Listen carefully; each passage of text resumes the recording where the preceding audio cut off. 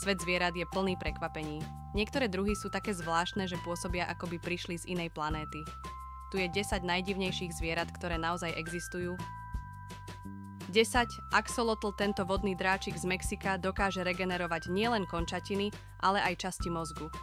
Vždy vyzerá, ako by sa usmieval. 9. Hádzanec listový, ryba, ktorá vyzerá ako list plávajúci vo vode. Tento vzhľad jej pomáha oklamať predátorov. 8. Wombat, austrálsky vačkovec známy tým, že jeho trus má tvar kocky. Využíva ho na označovanie svojho teritória. 7. Okapi vyzerá ako kríženec zebry a žirafy. Je príbuzný práve žirafám a žije v dažďových pralesoch Konga.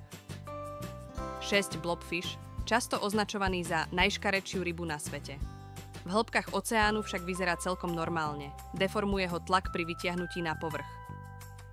5. Vták hoacín, živí sa listami, ktoré fermentuje v žalúdku ako krava. Vďaka tomu má výrazný, nie práve príjemný zápach. 4.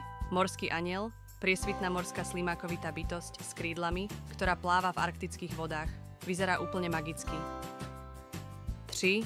Krab yeti, objavený len v roku 2005. Má chlpaté klepetá, v ktorých pestuje baktérie na potravu. 2. Žralok goblin, starodávny druh žraloka s vystreľovacou čelusťou. Žije v hlbokých vodách a vyzerá ako príšera z hororu. 1. Tučňak skalný, malý tučňak s výrazným žltým chocholom na hlave. Skáče po skalách s neuveriteľnou ľahkosťou. Tak čo? Ktoré z týchto zvierat ťa prekvapilo najviac? Napíš do komentára a nezabudni na odber, ak chceš vidieť ďalšie šialené fakty zo sveta.